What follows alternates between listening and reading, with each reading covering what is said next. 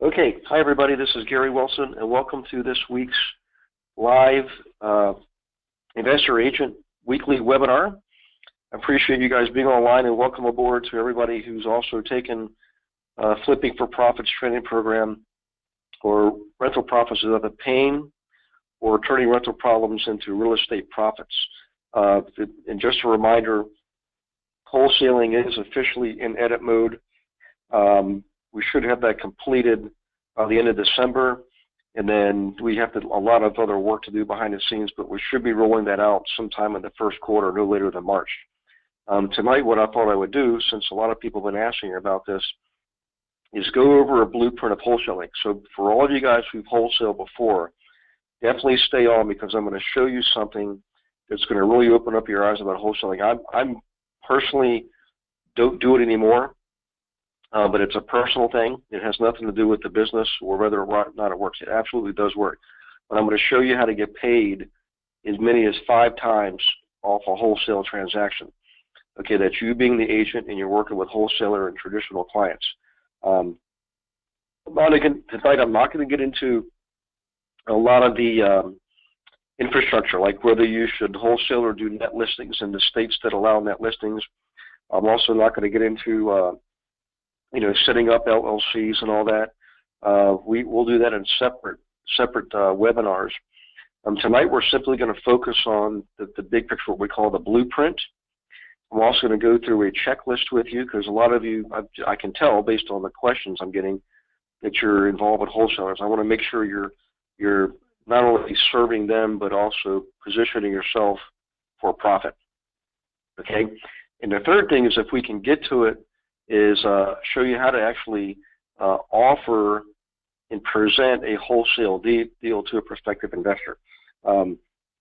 If we don't get to that, we'll do that next Monday the 28th, which is our next webinar. So in any case, let's get to it here, guys. First off, for all of you who are new, welcome aboard. A little bit of housekeeping. You'll see that you have a question box that you can type in questions, and I'll review those periodically throughout the webinar and answer those questions.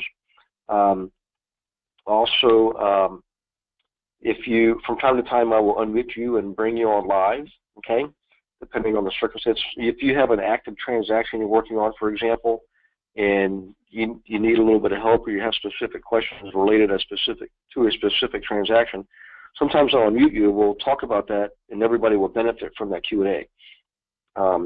If you're listening to this recorded, because you're not live here tonight, you're going to get the recording tomorrow, you can keep it. You can download that, spin off the, do it like an MP3 audio. There's an app you can get for free to do that. You can also get an app for free, GoToWebinar free, on your phone, where you can watch it on your phone if you happen to be in a doctor's office waiting, or you're at a open house and waiting for people, that kind of thing. All right, real quick, it looks like some questions came in, so hang on one second here. Let me make sure. Let's see. This is Ronna, my broker and my escrow officer won't touch wholesaling. Why? Ronna, honestly, a lot of it's just limiting beliefs. I can tell you the primary challenge, if you will, which is rational, and I'll explain it here in a second, is that, see, when you're wholesaling, you're selling the contract, you're not selling the property. The property will get sold, but if you look at your screen here, you'll see there's property A, which is owned by, let's just say, party A. You've got party B, the wholesaler, and party C, the eventual buyer. Party B is going to take a wholesale fee in this deal, which essentially amounts to a portion of equity in the deal. Okay? And so fundamentally, all of us brokers, agents, team leaders, OPs, what have you, some of us feel like, well, if somebody is in the middle there skimming off equity, which essentially is what it is, taking a portion of equity for the privilege of finding a deal and presenting the deal to someone else, they're really not adding value to this deal. They're not adding value to the transaction. They didn't approve the property, they didn't clean up title, they didn't do any of those kind of things. Okay. And that equity, in the eyes of sometimes team leaders, OPs, and brokers, that equity is viewed to be really better suited in the hands of the buyer. Okay, the buyer's taking that property off. So that's the fundamental issue people have with wholesaling. I decided years ago to not participate in it, but I still teach it because it's a valid subject. It's part of the program, and I need you guys to understand how it works fundamentally and how to protect yourself legally in a wholesale transaction, because it does happen all the time out there. It is still legal. However, I will tell you, since the subject came up, 2 states, namely New York and Ohio, are currently working on legislation to stop wholesaling in those states. Now, I've been around long enough to know that whenever legislation comes out related to any subject, it's just a matter of time before entrepreneurs figure out what the loopholes are. And so the show will go on. I can pretty much assure you that.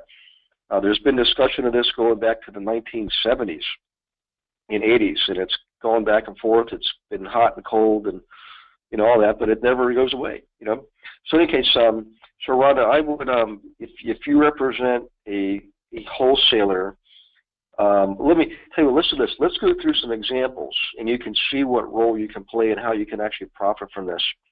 I don't know how a broker can say they won't process a transaction that resulted from a wholesale deal, because it's still a legal transaction. I mean, somebody's buying a property from somebody else, So let's go through this, and it might help you when you speak to your broker. I don't want to step on anybody's toes. They certainly may know a lot more than I know. I just want to show you what we do and what we teach and why we teach it and how it works. And then you guys can make up your minds here whether you want to pursue it or not. But we do have agents in KW who do this all the time and make a lot of money doing it. Okay, so let me go ahead and run through this, and then we'll pause and take questions. So let's go through the first things first here. I'm going to reduce my panel and make more of my screen available for me, hopefully for you too. Let's go through this. So first things first is the picture, wholesaling blueprint. 3 parties, A, B, and C. Okay, party A, let's just say, is really the house for sale, i.e. the seller, or the owner of the property. Party B is a wholesaler. All right, party C is the buyer. Now, if you're new to this and you're not really sure what wholesaling is, just hang in there. It's going to be a lot more apparent here in a few minutes. Fundamentally what this person here is doing, party B, is getting the property under contract and not buying the property. What she's doing is selling the contract to this person over here, party C. And party C ends up buying the property over here from party A. Okay, and party B collects a fee, a wholesaling fee out of the whole deal. They basically, let's say at closing, they collect a $100,000 deal, they collect $10,000 wholesaling fee. Okay, that's in the nutshell what's happening, but let's get a little bit more specific here. Okay, let's go down here.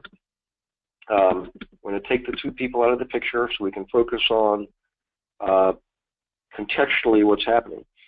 All right, first off, party A would like to sell their house. House is A, okay?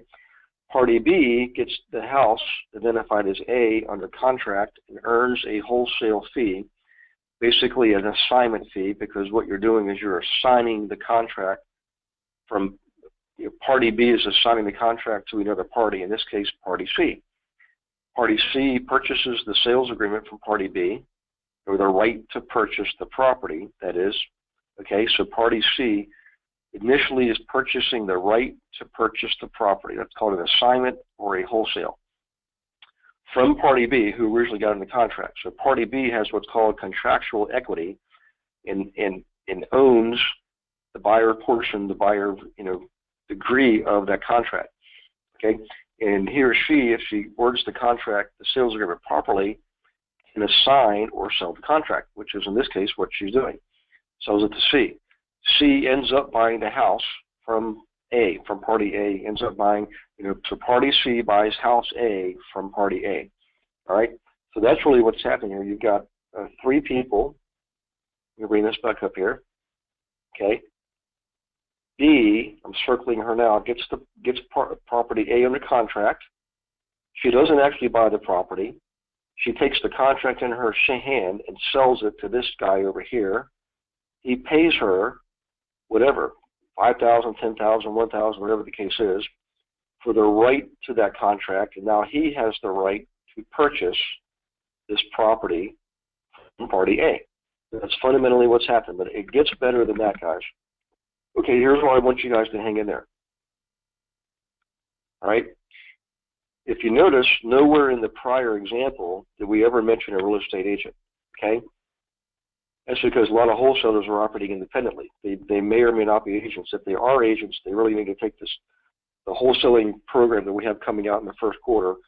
By the way, you can get the electronic version of the book already by going to the website, my investment services website. You can get it for free.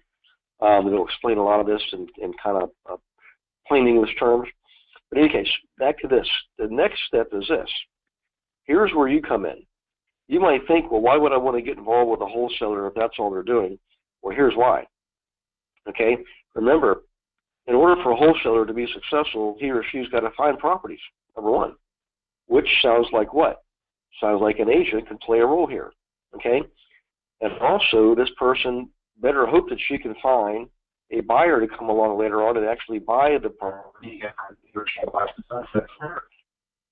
The agent to get involved and earn a commission. Let's go down and see what that looks like, okay, on paper.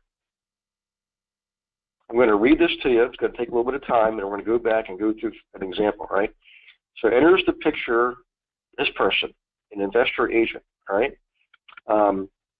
This is a real estate agent who, like you, knows how to work with investors. And here's what happens, all right? D, this is investor agent. This is D. Matter of fact, we'll just assume her name is D or Dee, all right? She enters into an agreement to represent party B, who is still the wholesaler, all right? They enter into an agreement. It's not necessarily an agreement where D is going to earn a commission. I'll explain what happens here in a minute. Okay, so now agent D, investor agent D, is representing wholesaler B. Agent D also now goes out there and finds the properties, all right, in this case, property A, gets it listed for sale. So investor agent D lists property A for sale. Party B, the wholesaler, steps in, who, by the way, is also represented by investor agent D, and gets property A under contract. It can be a pocket listing. You can put the listing on the MLS if you want. But the bottom line is you're getting a pocket listing here, essentially. So party B, the wholesaler, gets property A under contract. Right away, investor agent D has already earned one commission. Okay?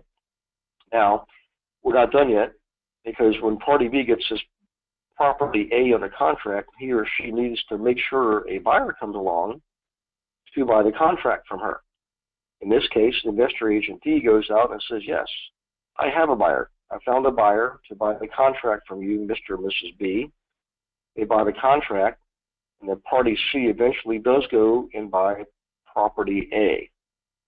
So now, investor agent D, right, has earned, I'll just show you this here in a second, okay, a listing commission from party A fee from party B, not a commission, but a fee. You can call it a marketing fee.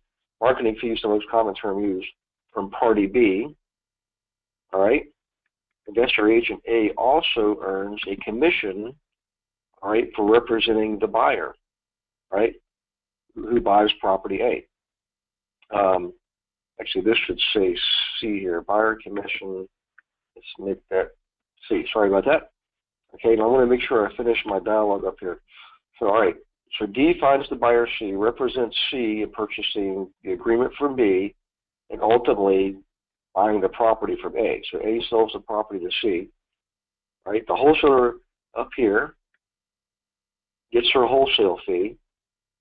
Party C gets the property they want. Party A gets the property sold. And all the while, D, the investor agent, collected a fee from the wholesaler B, collected a commission, actually both sides of the commission, from the seller, from A, for representing the seller and the buyer. So far, that's two commissions and a fee. So you can see so far how you as an investor agent can really profit and benefit from representing wholesalers. Because don't just think of it as a single-threaded process. You're not just representing the wholesaler. You're representing as many people as you can in this whole transaction. At a minimum, you should be getting at least one commission and one fee, and certainly if you're really on top of your game, 2 commissions and a fee, and it gets better than that. Okay? And here's why. Let me give you the example. Let's say the property that's being purchased here, sold and purchased, ends up being a great investment deal. Okay? And what that means is, in this situation, party C, the person who's going to buy the contract from B and eventually buy the property from A, has the intention of taking that property A, remodeling it, rehabbing it, what have you, improving the value of the property, and putting it back on the market to sell for profit. What that means is there's another commission that can be earned, another listing commission that can be earned by the investor agent D from party C when party C puts the house back on the market. Okay, thereby bringing in another commission, actually a third commission, 2 listing sides and 1 buy side so far. All right, and as you might imagine, yes, it gets even better than that, because the investor agent D could also find the final purchaser of the property who's going to purchase the property from party C once it's been remodeled. So let's look at that. Okay, so we're just going to repeat this. So say the property is to be investor agent D represents party C and listing the property once it's remodeled. D then collects another listing commission, as we stated before, and if D has a really good day and finds the final purchaser of the property being remodeled and sold by party C, thereby collecting yet another commission. So 2 more commissions. So 2 listing commissions, 2 buyer commissions, and a wholesale fee. All because investor agent D took this training program on wholesaling and figured all this out. And we do have an agent who does this right now. If you want to write her name down, feel free. Her name is Kelly O'Keefe. It's Kelli, and last name is O''Keefe. Yep, as you might imagine, she's Irish. She lives up in Boston, Mass. She's been doing this for over 10 years. Never bought an investment property her entire life. Does this exactly what I just described to you, and also teaches classes to investors. She's got all kinds of investor commissions coming in, left, right, up, down, backwards, forwards, because she uses two simple programs that we teach on how to attract and represent investors. Anyway, so let me show you that, guys, just to give you the big picture of what, how, and why wholesaling can be so lucrative for investor agents. Before I jump into the next thing, I want to bring my panel back over and look for questions. So let me go back up to the top here, and let's see if we have any questions. Hang on 1 second. Let me get down through these guys. If you have questions, guys, now's the time to bring them up and ask them. And if you have a question on something else, by all means, let me know, and we'll interject that and cover that too. Okay, I think we're current on questions. So is it okay for me to go into the next thing I want to show you tonight? If we could just type in yes, move forward, whatever you want to type in there, go ahead, type that in, or type in, go ahead if you want. That'll give me the cue that it's okay to move forward. If you have questions, please let me know, guys, okay? So I'll give you a second to type anything you want to type in. We'll get started here in a second.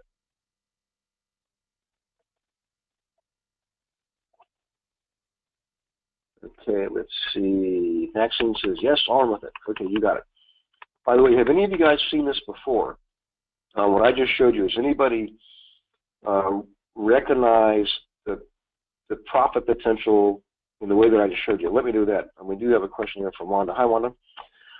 Wanda says, what is a typical wholesaler and how do you locate them? A couple things, Wanda. Typically a wholesaler, matter of fact, I would just get the book Wholesaling for Everybody Wins. It's on the website. That is going to be officially published probably in January, by the way. You'll still get it for free. But essentially, a wholesaler is somebody who wants to be involved in real estate investing, but typically does not have capital, access to capital, or even any hope of generating enough cash flow to accumulate capital, okay? And yet they develop the skills to be able to analyze flips and rentals and so forth. And their objective is to find properties, find deals that they can then put in the hands of the ultimate buyer. Sometimes it's just an owner-occupant who's just looking for a good deal, but in our case, it's another investor who doesn't have the time to go find the deals. So in other words, two critical parties in wholesaling. Party, let's just say party A has actually three parties. Party A has a property they want to sell. There might be something in some unusual circumstance about the property. It doesn't make for a good traditional owner-occupant type listing. And you have buyers out there who have money but no time. They have no time to be looking at properties. Okay, that's your party C. And you have party B. You have investors who have no money but yet they have time. So you're matching the people who have time with the people who have money to get the property sold for the people who have the properties. That's really what's going on here. The way you locate them is you can join your local investor club. Again, as you know, I'm a proponent of RIA, Real Estate Investors of America, and there are chapters in literally almost every sizable town in the country, okay, in the U.S. that is, different groups up in Canada. Larger cities have multiple RIA groups, okay. They also operate at the state level. You can join those groups and look for the people who are in there trying to be bird dogs. We call them bird dogs. They're out there looking for the deals. A lot of times they really don't know what they're doing, and you can step in and play a huge role as the investor agent, helping to find the deals for them to turn around the wholesale to the other people who do have the money, okay? So you can use a lot of traditional marketing techniques. In fact, you can use the booklet for different groups of people. The booklet generally is better used for people who have money, but if you think of other groups, like teachers, for example, sometimes teachers will like the wholesale because in some states they don't have very high salaries, okay? And they want to be involved in real estate investing. They may see wholesaling as the way to do it. So in other words, you're appealing to people with a tool that will attract them, even though they might not have a lot of money. You can tell them that you can help them find the properties that they can then wholesale to other people. So just one idea, one example of a marketing campaign you can use. But the easiest way is really just to join your local investor club, and over the few, say 2 or 3 months, you'll meet the people who are ideal wholesalers, okay? Good question, by the way. Let's see here, anything else? Let's see, Shauna is asking, what contract would be used between A and C? You're not going to find a contract like that in typically in your MLS systems or in your board's real estate forms databases. However, Shauna, you can use your buyer's agency form modified. So what you have to do is, where it talks about compensation, you put a note in there to say, please see attachment A or exhibit A or addendum A or something like that.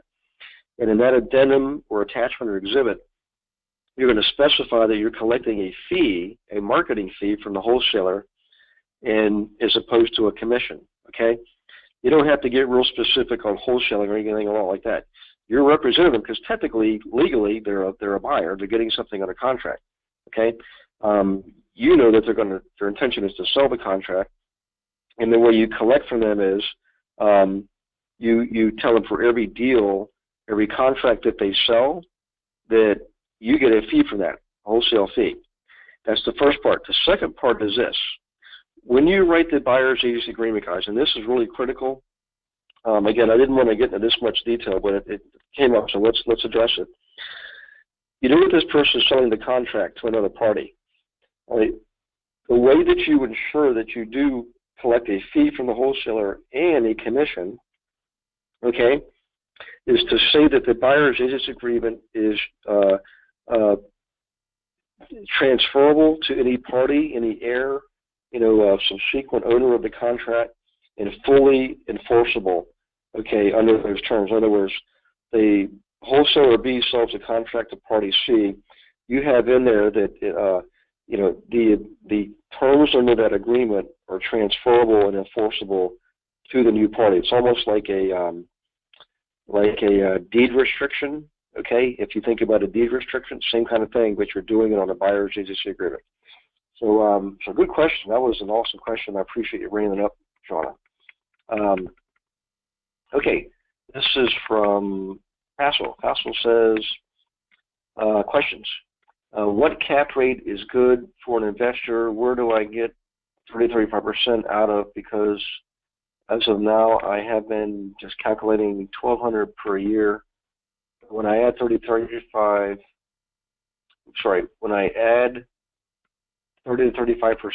we are looking at more like 10 to 15K. Hey, Faisal, I think this was in the email I sent you back earlier today. So cap rates vary around the U.S. and Canada widely. I mean, there's parts of California, like up around the Bay Area, where people are literally buying properties at negative cash flow. I mean, they're looking to get 3% cap rates. Then you got people in, parts of Georgia and the Carolinas and the Rust Belt states that are getting 15% cap rates. So for your area, Faisal, I think what I said in the one email I sent back was you could be looking at anywhere from 4 to 6% for A properties at best, 6 to 8% for the B properties at best, and 8 to 10 for the C properties at best. That's best case scenario. It may be, maximum 8% cap rate for a C property in your area. You're in Paterson, New Jersey. Okay, so the way you find that out is you can literally Google cap rates for your area, and you have a couple of commercial outfits that will publish prevailing cap rates by neighborhood. Okay, it usually doesn't go to a neighborhood level, but sometimes it does. But for Paterson, you can find out what are the prevailing cap rates. That's what I would do. For anybody on the call, remember, every marketplace has different market dynamics. The fundamentals are the same. The fundamentals don't change. It's just the individual circumstances. Okay, the market data is what changes. So back to the other part of your question, Faisal, you're asking about where do I get 30-35% out of? I think you're referring to expenses. In the email I sent you, I'll say that would be a rough guideline. But your overall expense ratio, again, could vary widely. A lot of times depending on the age of the property.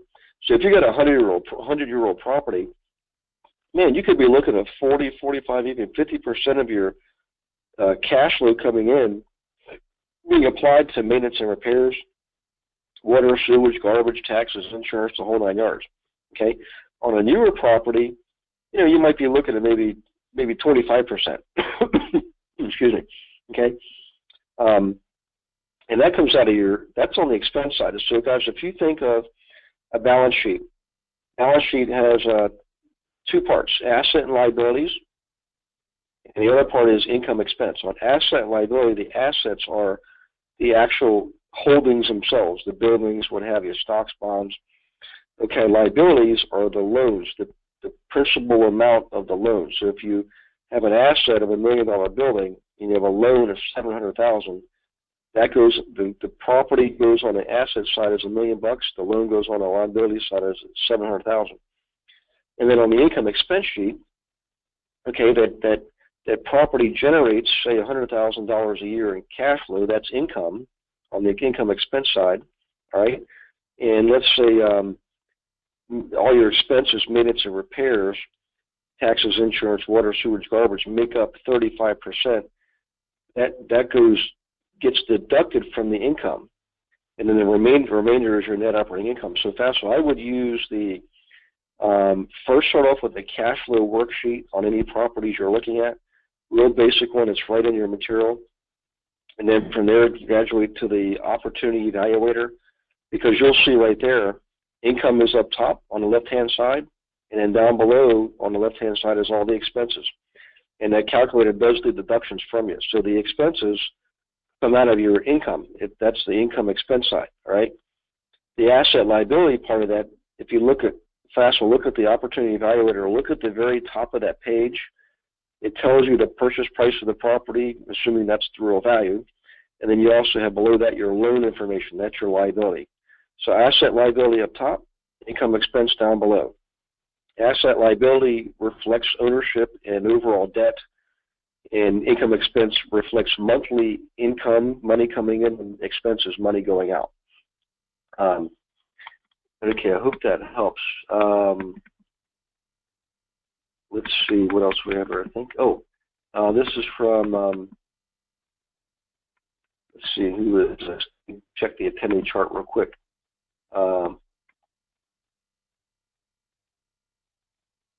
Let's see, I believe this is Nicodoans. Let's see what Nicodoans is asking. Hang on one second. Let me go back to the question box. Hang on one second, guys. Okay. So what is the best to find this kind of deal as a real estate agent? So if you look at the material, the training material, Nicodoan, you'll see in Chapter 1 there's a 3-step process we teach you on how to locate the right properties in the right areas. In Chapter 2 is how you actually analyze those properties. You have to go through those 2 modules consecutively to be able to answer that question. But that's the process. Again, the fundamentals stay the same, but every marketplace has its own unique set of dynamics and circumstances. So if you could do that, Nicodoan, that would be great. Study modules 1 and 2, and you'll have the answer to your question here. You've got to get outside the MLS is the main thing. The MLS is going to hamstring you. You're not going to really get all that's out there. As a matter of fact, a lot of investor transactions are not even on the MLS, okay? Okay, next question, Pascal says, also, do you have an outline for a meetup.com, because I created the NJ Law Enforcement Real Estate Investing Group, but I was denied, stating I was attempting to sell something and didn't say that in the content. So, Pastor, we have to have a strategy call on meetup.com, and generally what I'll do is we'll bring it up online on the computer, share our screen so we can see what each other is doing and walk through it. You shouldn't be blocked. I'm not sure. You're going to have to start over because I'm not sure what you keyed in as far as information goes. But obviously you've typed something in there that alarmed them. So let's schedule a one-on-one. We'll do it live on the computer so we can walk through that process. Now, just so you know, there is a recorded webinar on that subject. It is out on the member site. I think, in fact, there's 2 of them. So if you go look out there, go back to like late January, early February, you'll see one that talks about the workshop. It's the monthly workshop we want you to do. And in there we talk about and demonstrate meetup.com. So that will be a great primer, okay? Okay, let's see here. Faisal says, I know how to figure the cap rate and where to find out. But as an investor, where do you want to be? Well, again, so Faisal, if I was investing in your area, I'd want an 8% return. If I'm investing in, say, right below the Golden Gate Bridge in San Francisco, maybe around Stanford University, I'm gonna hope for 3%. If I'm investing in Dayton, Ohio, I'm going to want 15%. Every area has a again, different set of data, different dynamics. You just have to see what your market is offering up and go with that. You can't change the market. That's one of the big mistakes a lot of people make, is they try to say, well, this is what I want. I'm like, well, you might not get that where you are. If you're in like literally in the Bronx or Queens or Brooklyn, for example, right over the river from you, you'd be lucky to get 5 or 6% and be glad about that. But remember, cash flow, the cap rate, reflects risk and reward. So the lower the cap rate, the lower the risk, the lower the reward too, but only on the surface. Okay, if you hold a property long term up there, which I would definitely be doing if I was you guys right now. Any of you guys are up in New York, Queens, Brooklyn, Bronx, Long Island, Manhattan, right over the river in Tenafly, or any of the New Jersey towns within an hour's drive of New York, man, huge capital plays up there right now. Income is shooting. I mean, the rents are going up like crazy. It's like watching an escalator go up in a mall. That's how fast the rents are increasing up there, which drives up the values of the property. So lock in, and don't ever think, well, I missed the boat. No, no, no.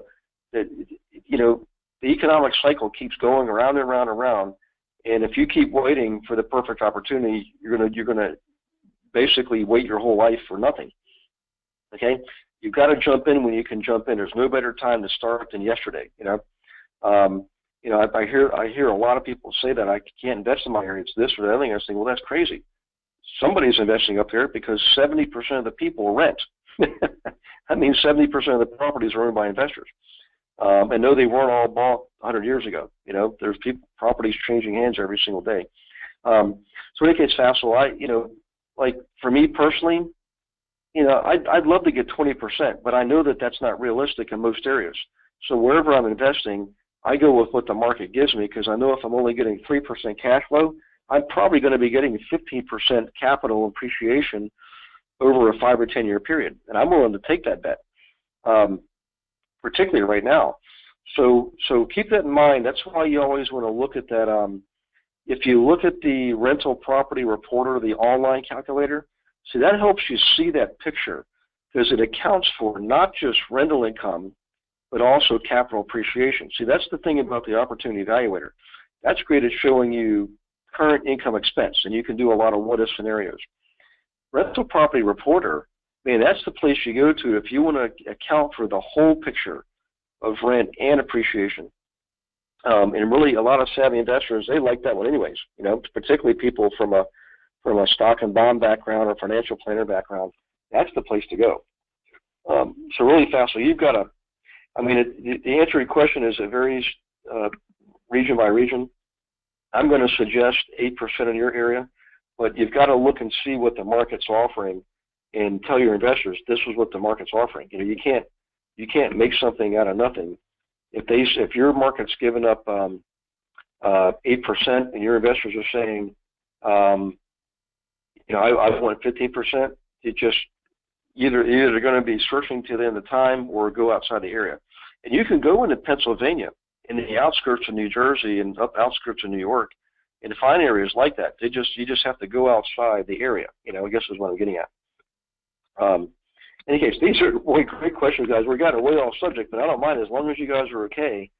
We're covering really good, solid material here. It's just not what we want to talk about tonight. But again, it's open Q&A, so this is your hour. My job is to simply provide assistance and guidance and information and where to go find information, that kind of thing, no matter what the subject is. So I'm thrilled by this, actually.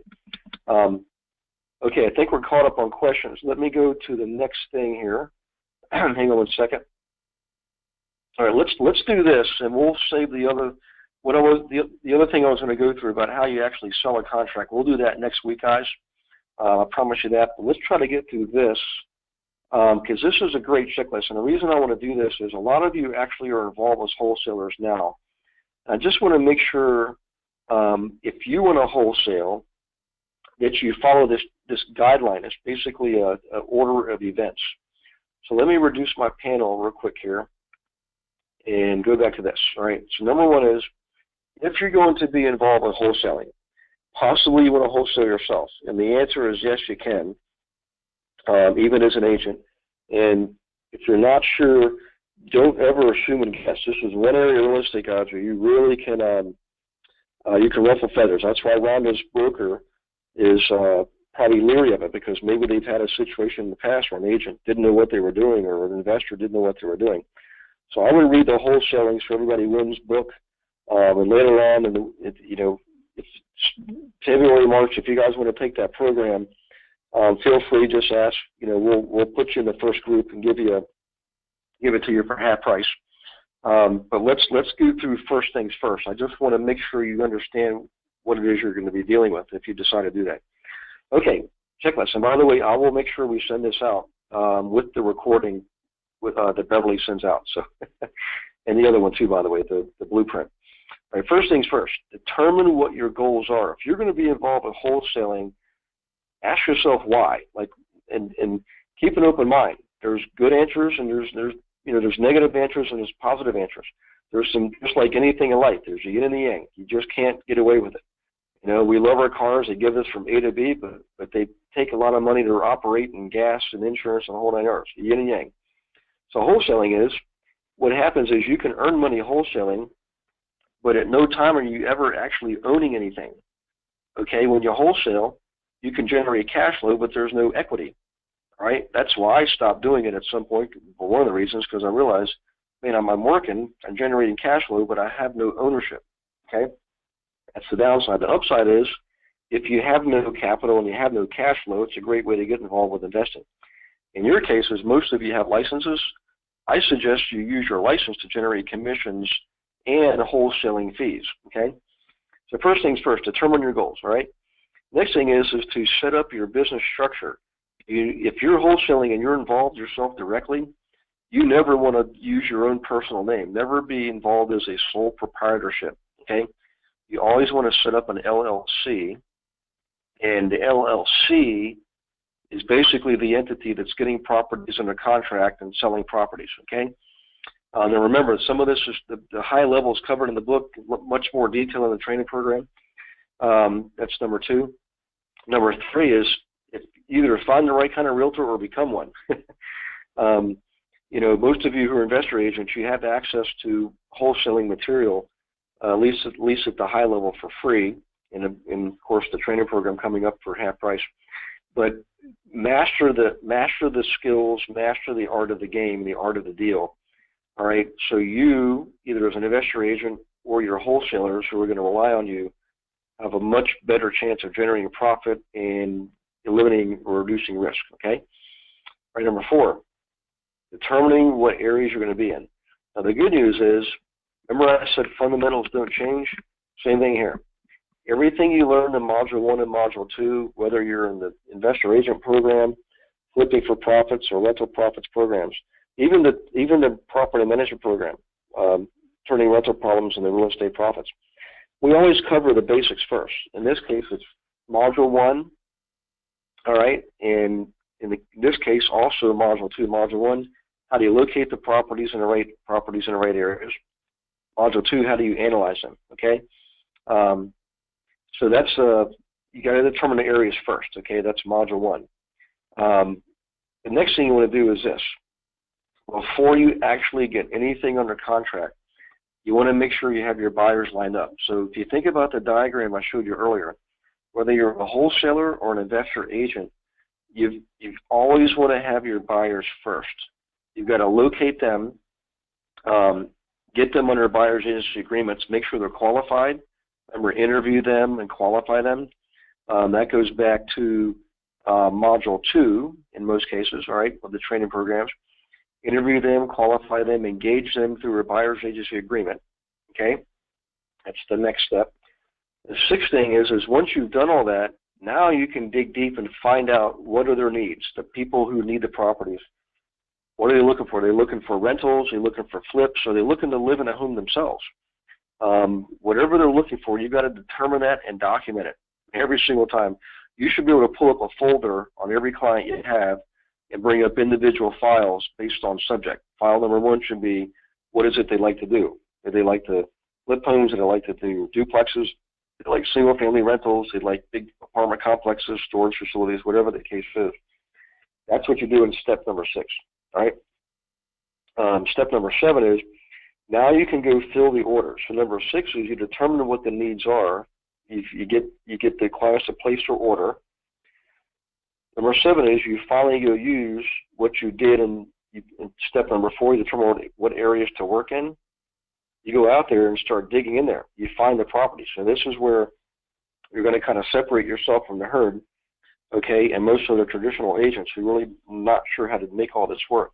You're going to know how to identify the properties in the right areas, and know how to analyze them, okay? Now, one of 2 things is going to occur at this point.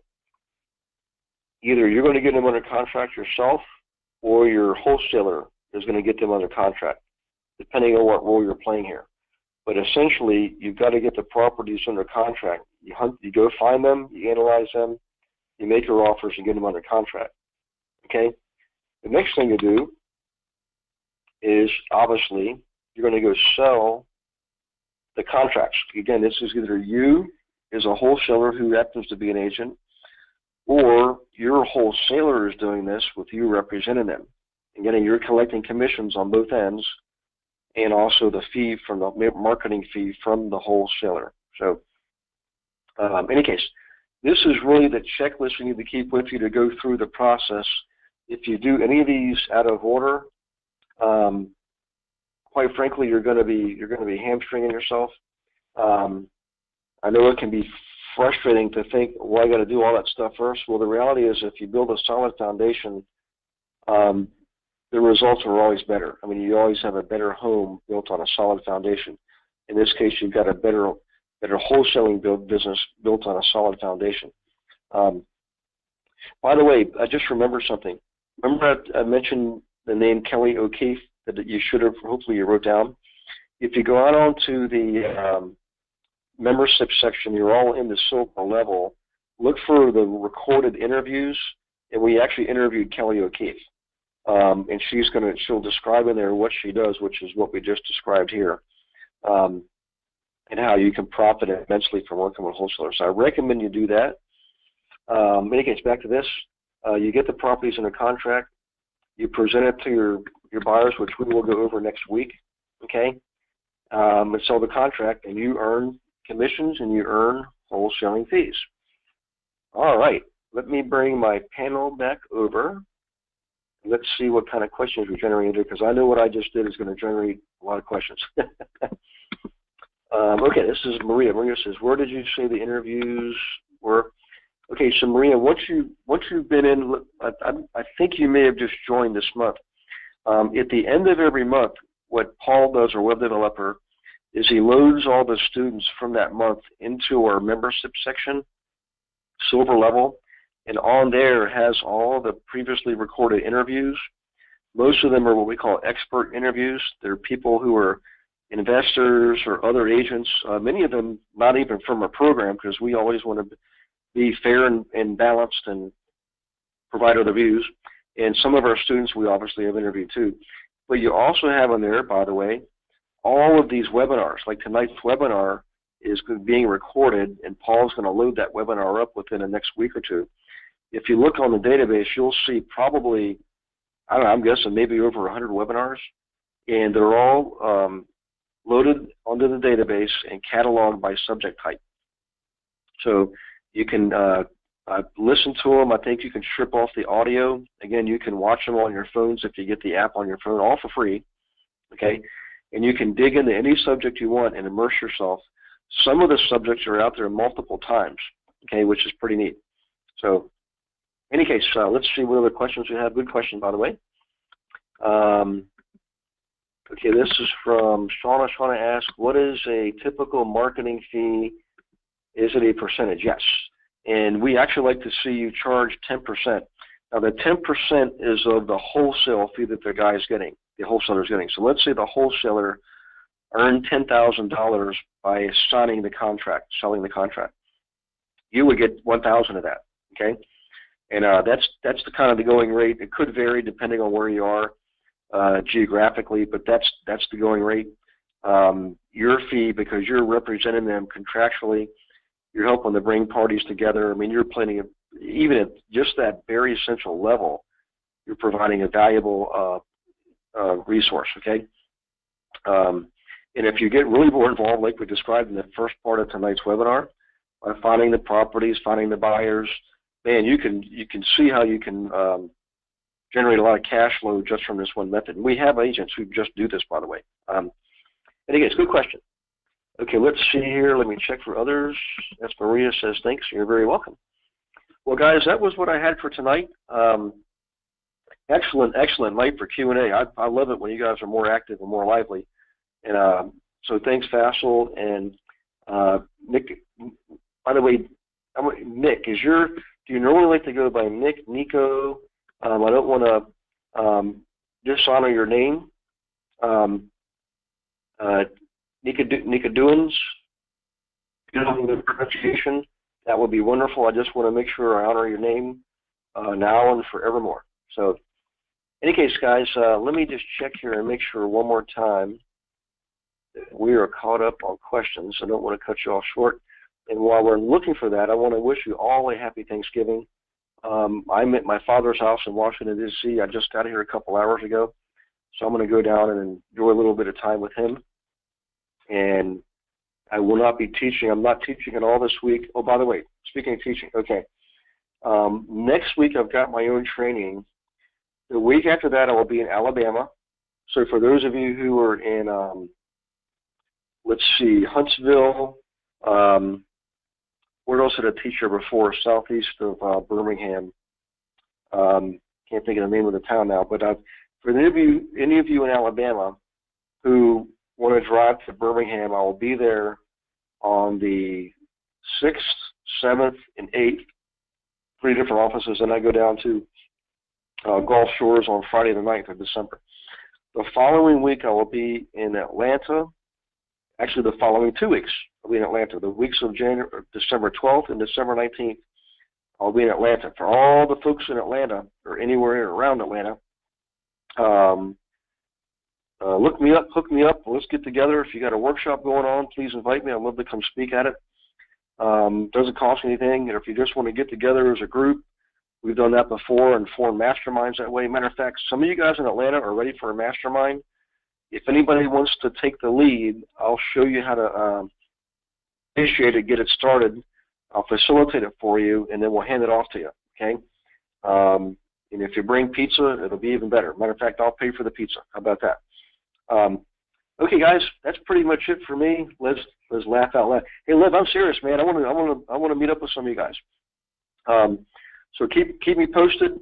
In the meantime, you guys have a blessed Thanksgiving with you and your families. God bless you all, and I will see you next Monday night. Okay, bye-bye.